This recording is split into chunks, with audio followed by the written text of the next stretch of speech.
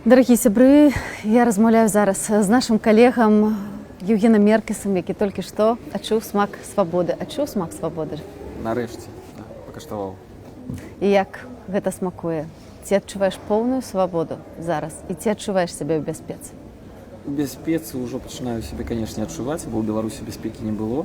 Нават да таго моманту, калі я быў затрыманы ў 22-м годзе, вось гэтыя 2 гады, з 20-го по 22-го, ты жывеш у стане такой, як пад акупацыяй, кожны дзень да цябе могуць прыйсці. У цябе заўжды падрыхтаваны там так званы чырвоны трывожны чамаданчык. Да? Таму з бяспекай, з адчуваннем ўсё ўжо наладжваецца. У цэлым адчуванні такія зміксаваныя, хаатычныя, вельмі раптоўныя, вызваленне я трохі інакш яго сабе ўяўляў. Мяне незаконна асудзілі, незаконна трымалі ў кепскіх умовах, безумоўна. А пасля гэтага яшчэ і выкінулі з краіны, не далі выбор. Гэта так не мае быць. Ты наш калега, які вельмі шмат працаваў для Белсату і фактычна за незалежную журналістыку атрымаў гэты тэрмін. Як ставіліся да цябе ў калоніі? Ці было нейкае адмысловае стаўленне да журналістаў, ці для ўсіх палітыкаў, як вы кажаце, было роўнае стаўленне? Сярод палітыкаў, канешне, вылучаліся пэўныя катэгорыі. Зразумела, усім палітычным давалі прафілактычны ўлік нумар 10, схільныя да экстрэмісцкай і іншай дэструктыўнай дзейнасці. І, канешне, гэтую групу ў цэлым вылучалі, але па патрэбах там адміністрацыі, ці, можа быць, ім прыходзіць нейкі загад кагосьці, пачыналі прэсаваць больш у пэўныя перыяды. Мне пашанцавала, ў маім выпадку неяк больш спакойна было. Можа быць, я праходзіў па катэгорыі нейкіх там спакойных, адэкватных, інтэлігентных журналістаў. Но гэта мне так пашанцавала. Зноў жа, гісторыя кожнага з сядзельцаў будзе вельмі адрознівацца, і нават у суседніх калоніях вельмі па-рознаму могуць ставіцца. А як вось твой атрад, з кім ты адбываў вось гэтае пакаранне ў калоніі і чым ты там займаўся? Якая была праца, якую ты выконваў? Мой атрад быў нумар 8 і 10 раней. Гэтыя атрады працавалі у абутковым цэху. Мы рабілі абутак, вось той самы, который носяць як зняволеныя жанчыны і мужчыны, так у тым ліку і сілавікі. Мы рабілі і берцы, і зялёныя рэчы. Іншыя атрады працавалі, хтосьці шыў нешта вельмі шмат, быў наш швейцы так званы. Быў атрад, который рабіў нейкую нізкакваліфікаваную працу, і быў вялізны ДОЦ, дрэваапрацоўчы камбінат. Яны там рабілі самыя розныя рэчы, у тым ліку і скрыні для градаў, для тых самых снарадаў, якія потым выкарыстоўваюцца на вайне, на ваенным канфлікце паміж Расіяй і Украінай. Вось. Праца, безумоўна, цяжкая фізічна, да? Зноў жа залежыць ад таго, на якім ты ўчастку працуеш. Жоўтым, канешне, спярша даюць нейкія больш цяжкія умовы працы. Шмат чаго, канешне, паступова мяняецца. Напрыклад, на тым участку, дзе я працаваў вельмі доўгі час, мне трэба было проста пасля таго, як скуру зацягваюць ужо на форму, мне трэба было знізу гэта ўсё зразаць словом лязом, ножом. Гэта фактычна была заточка. Это просто быў кавалак жалеза, который завастрылі, трохі там скотчам обмоталі, і вось гэта лічыцца афіцыйным рабочым інструментам, который мае свой ідэнтыфікацыйны нумар, который трэба кожны раз з раніцы прыйсці, забраць, потым увечары здаць. Гэта тое, што датычна працы. Вось ты рабіў берцы для сілавікоў, якія нас збівалі. Ці была ў гэтым асаблівы здзек? Я мяркую, гэта не тое, што здзек, гэта, на жаль, на вялізны жаль, у нашым рэгіёне гэта ўжо традыцыя. Я не думаю, што тут штосьці асабліва мянялася з савецкіх часоў. Атрымліваецца, што гэтыя самыя зоны, яны самі абслугоўваюць жа сябе. І шыецца і форма, і робяцца там, вось зараз паставілі новую частку абсталявання, сучасныя вельмі машыны робяць там пагоны, тое ж самае. Таксама ёсць і такая вытворчасць. Як было з харчаваннем, вось, напрыклад, што давалі есці? Як выглядала харчаванне ў вас? Я быў у шклоўскай калоніі, і папраўчая калонія нумар 17. Лічылася, як усе казалі, што ў нас адно з самых лепшых харчаванняў, плюс-мінус. Гэта можна было ўжо есці, асабліва старажылы, которые засталі тое, што давалі раней, казалі, што зараз, канешне, хаця бы там можна есці. Но жыць на гэтым вельмі доўгі час немагчыма. Па-першае, няма ніякай садавіны, ніякіх фруктаў. ты нічого не атрымаеш, можа быць, там у кампоце трохі будзе плаваць. І зноў жа кампот, як і чай, вам дадуць толькі палову стакана, гэта норма. Да, цэлы стакан вы не атрымаеце. Ці кругалі, гэта у нас называлася. Ежа вельмі дыетычная атрымліваецца, бо ўсё такое, ну, пюре, напрыклад, да, там не было рыс, это просто нейкая такая ляпёха. Але пры гэтым, напрыклад, один раз на тыдзень дадуць нейкі блінчык. Пры гэтым дадуць там один раз на тыдзень нейкіх там 10 пельменяў перавараных, там, которые распадаюцца нізкаякасных. Можа быць, один раз дадуць там нейкія дранікі. І вось як тады распавядаць пра гэты экспірыенс, пра гэта адчуванне зоны. Цяжка было, да. Якога смаку табе найбольш не хапала ў калоніі? Я ведаю, што шмат там людзі рэальна галадавалі і вельмі хацелася есці. Ці у цябе таксама так было і чаго асабліва хацелася? Мне, можа быць, такога асабліва не было. Да, ты адчуваеш часам і голад. Вельмі шмат хлапцоў потым спрабуюць ужо на кухні, у атрадах у саміх сабе штосьці гатуюць. Звычайна, там гэта нейкія кашы, хаця як такіх каш там няма, там ёсць толькі хлоп'я, бо не дазволена кашу прадаваць, ты нідзе не зварыш, можаш яе толькі запарыць. І ўжо тое, што ў цябе ёсць. Можа быць, ты штосьці ў краме купіў, а можа быць, у цябе штосьці ёсць там пасля таваркі ў краме, пасля сертыфіката, пасля перадачы, которые тебе бацькі там загналі. Ну і ўжо хто як выкручваўся. Но ежа зноў жа вельмі атрымліваецца дыетычная, без тлушчу, без асаблівых мікраэлементаў, няма нічога малочнага. Один раз на тыдзень дадуць толькі один чайны лыжачак, можа быць, сметаны да драніка. Зусім маленькі кожнаму. Всё. В такім рэжыме некаторыя існуюць гадамі, і зноў жа трэба яшчэ дадаць, што ў некаторых няма, напрыклад, атаваркі магчымасці наогул. У цябе была? У мяне была, дзякуй Богу, але сярод 10-га прафуліку, сярод палітычных былі тыя, хто у пэўны момант былі ўнесены вось гэтыя спісы тэрарыстаў, так званых. Там было вельмі шмат тых, хто просто меў, напрыклад, 130 там артыкул, нічога такого гіперрадыкальнага, каментары нейкі напісалі. Іх палішылі там распальваннем варожасці і ўсё. Яны, напрыклад, у гэтым спісе. Ты наогул не можаш тады таварыцца. Кагосьці з вядомых людзей ты бачыў падчас свайго ў калоніі? Ну, я вельмі хутка убачыў Пашу Белавуса ў адным з суседніх атрадаў. Як ён? Ён зараз някепска трымаецца. Да, калі я заехаў у 23-м годзе, ён так схуднеў. Зараз трохі так больш на сябе стаў падобны. На дрэвапрацоўчым камбінаце працуе.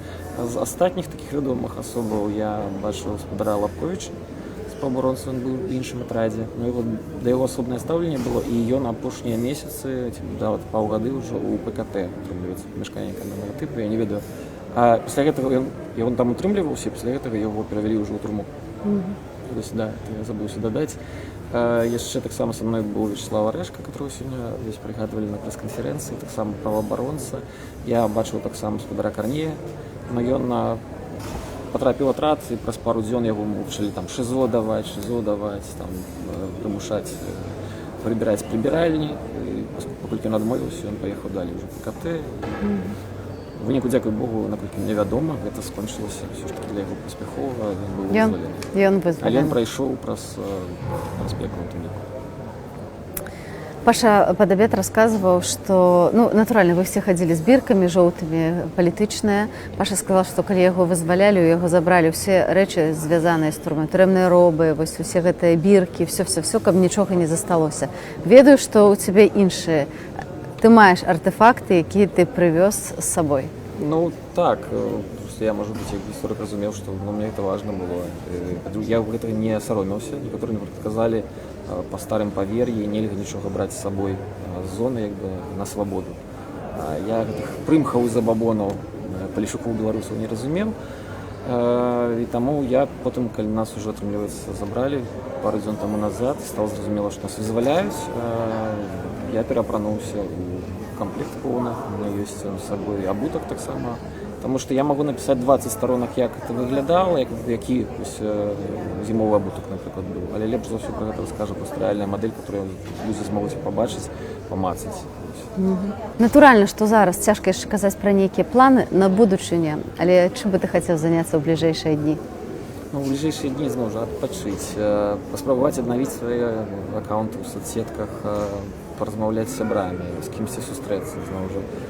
Далейшыя планы, конечно, я разумею, што вярнуцца ў Беларусь зараз не атрымаецца, як бы мне гэтага не хацелася, потому што я патрыёт, я не хацеў з'язджаць і заставаўся на радзіме як чалавек, які сапраўды нічога кепскага не рабіў да самага канца, і я сумленна выконваў місію, сваю працу. І я таксама разумею, што мне адна з галоўных ідэй была ў сёння задача застацца сабой. Я застаўся сабой, я в этом плане ганаруся, а далей я буду працаваць, канешне ж, нейкай сфера альбо звязаная з журналістыкай, альбо з грамадскай актыўнасцю. Трэба выкарыстоўваць мой патэнцыял, ведаю. Мы цябе вельмі чакаем, але перадусім адпачні і паправ здароўя. Дзякуй вялікі. Вялізна дзякуй, і я хацеў бы таксама падзякаваць усім тым, хто на працягу гэтага часу садзейнічаў нашаму вызваленню.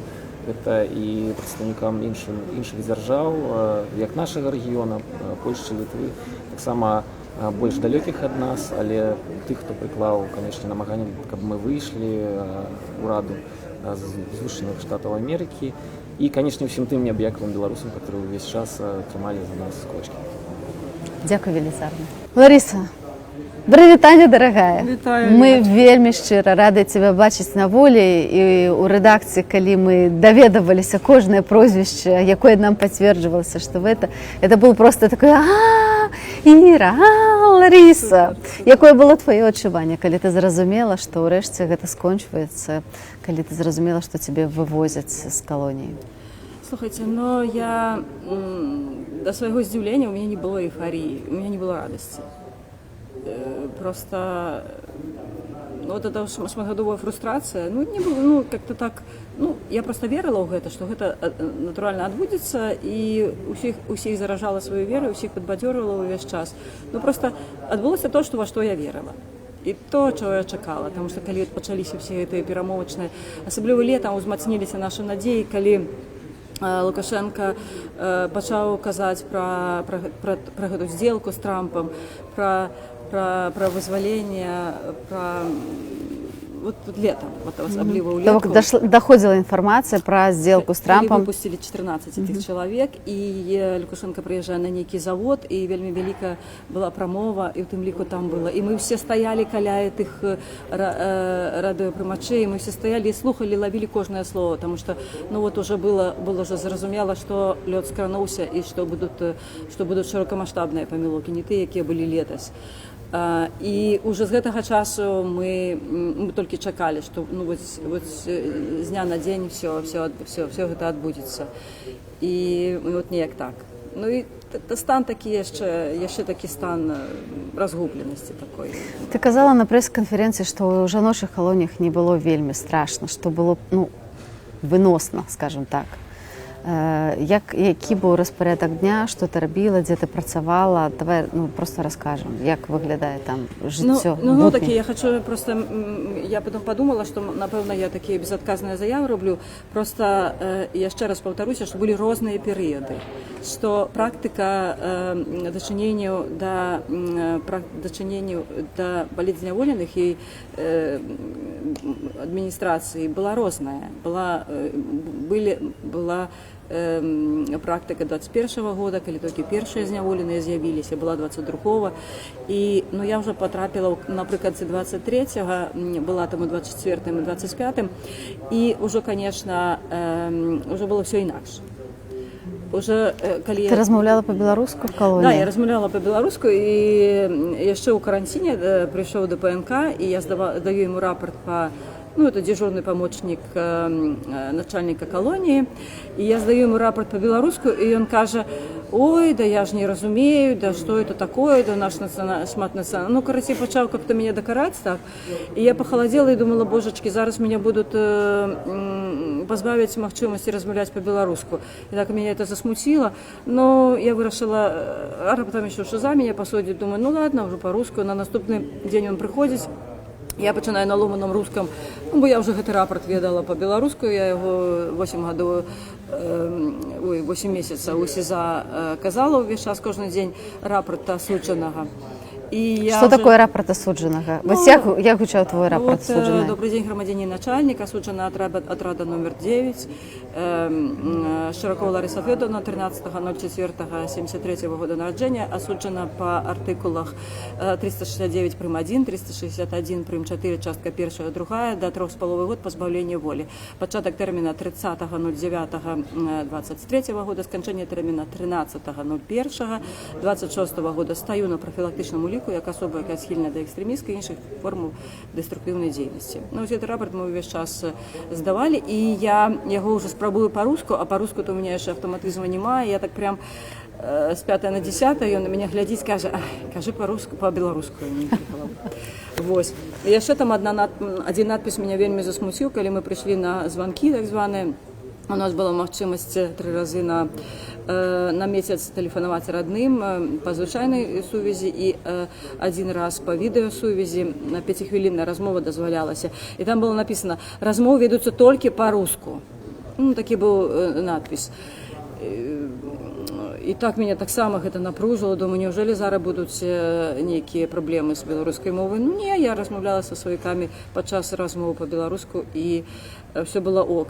І яшчэ вельмі не падабалася начальніку калоніі чамусьці новаму моя беларуская мова, бо ён успрымаў яе як спробу падаставаць адміністрацыю. Можна такога непадпарадкавання, маўляў, да? Не, маўляў, вы па-руску размаўляеце з усімі, да? А толькі з намі размаўляеце па-беларуску, і ну нібыта гэта толькі з намі. Но потым яны проста пераканаліся, што не толькі з імі. Может, они погуглили, што наогул я беларускамоўная, і это натуральна для мяне па-беларуску размаўляць. І ўжо, ну нет, ну весь час мяне дакараў, там як не бачыліся, там некалькі разоў ён мяне дзе-то убачыў, і ну што вы, Широкова, ну вы же там размаўляеце з вашими аднаотрядніцамі па-руску, а я як па-руску. Ну если чалавек, я бачу відавочна, што ён не разумее, ну вот хібы школьная адукацыя, што называецца. Ну так натуральна, што я буду уже размаўляць, уже пераходжу на рускую мову. У калоніі ты сидзела з шмат кім, з нашых дзяўчын таксама. Мы вельмі перажываем. Конечно, мы чакалі всіх вас на волі. Вельмі радуемся, што ажно 8 белсатаўцаў выйшлі. Але Каця засталася. Ігор Ільяш у тым ліку, Кацін муж. Зараз суд прыпынены ідзе, было вывучэнне справы. Вось. Раскажи нам про Катю, что вы там бачились, як яна... Прыгажуня. Увесь час спіна роўная, увесь час такая яна вот, з годнасцю заўжды. Вот она такая поўная, вот, сказаць, што она там зламаная, сказаць, што она там... Ну, бачна, вот перыядамі бачна было, асабліва калі ніякіх не было навінаў такіх пазітыўных, нейкія такія, якія б давалі надзею. Ну, вот бачна была, она такая засмучаная, такая вот стомленая ад гэтай багадзельні, уже, як я называю, і ад калоніі. Уже вот эти 5 год, уже у нее такой конкретный пересид был уже, что вот, ну, уже все, вот, ресурсы уже вычерпаныя, вот, все гэта трываць і заставацца ў добрым стане.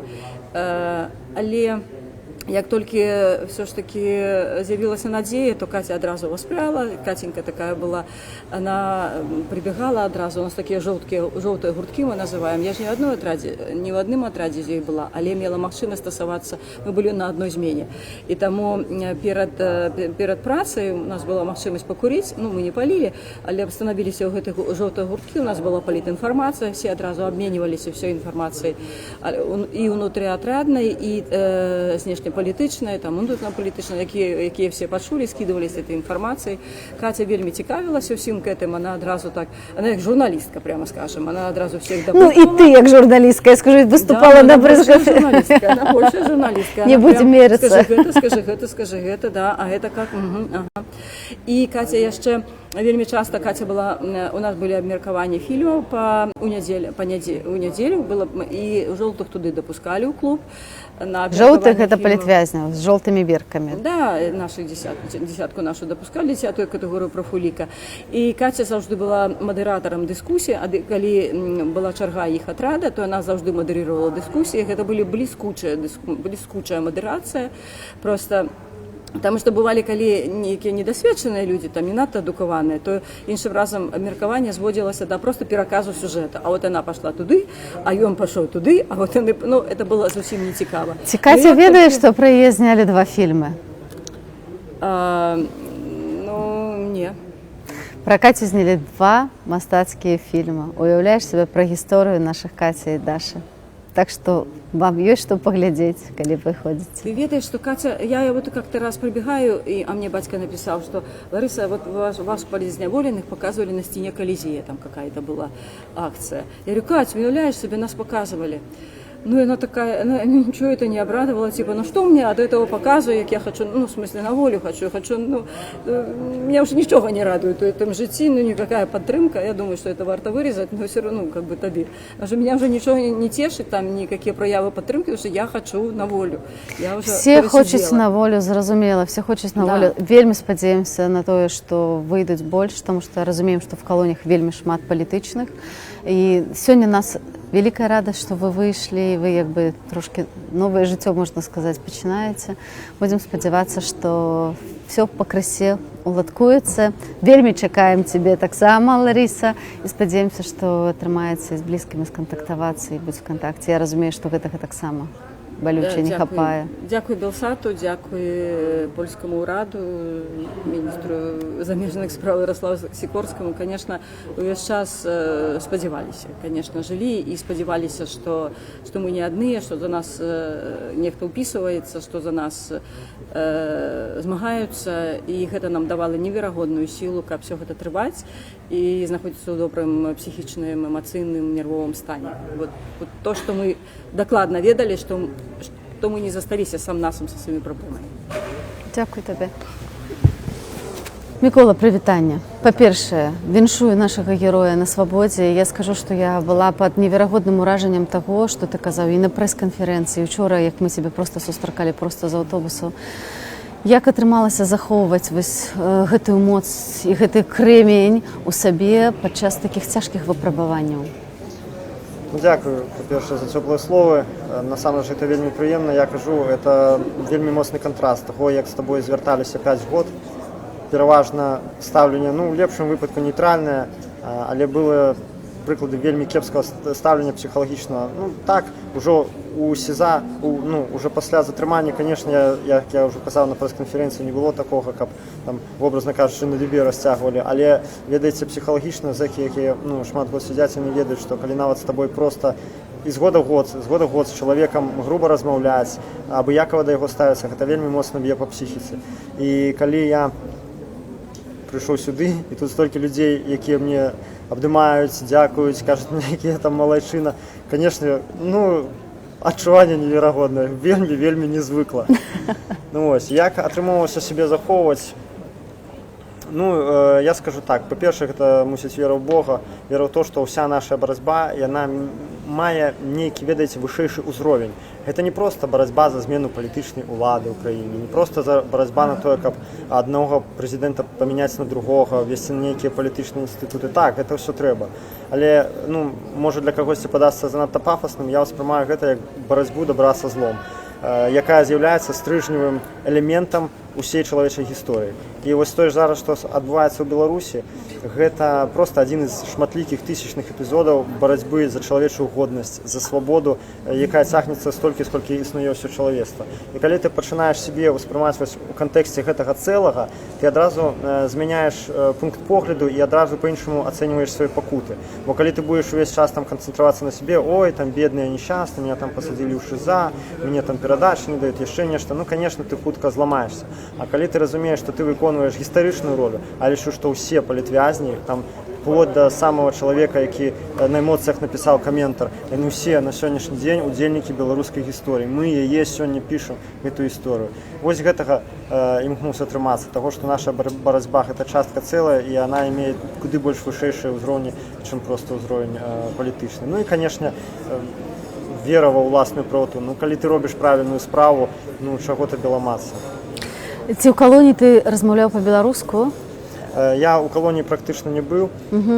І я скажу, што я, на жаль, не настолькі моцны ў беларушчыне, каб у абсалютнай колькасці, не абсалютнай, тотальнай рускамоўнасці размаўляць па-беларуску. Здесь я шчыра кажу, я пачаў ужо так больш актыўна размаўляць уже папаўшы сюды, бо тут вакол мяне такая колькасць беларускамоўных людзей і мне не хочацца на расійскую пераходзіць. А там, канешне, я вымушаны быў размаўляць на расійскай. Так я, канешне, себе пазіцыяную як двухмоўны. Але, канешне, мне хацелось бы цалкам перайсці на беларускую мову. У турме, на жаль, такой магчымасці няма. Так, мы ведаем, што за беларускую мову ў турме цкуюць і катуюць, асабліва тых беларускамоўных асобаў.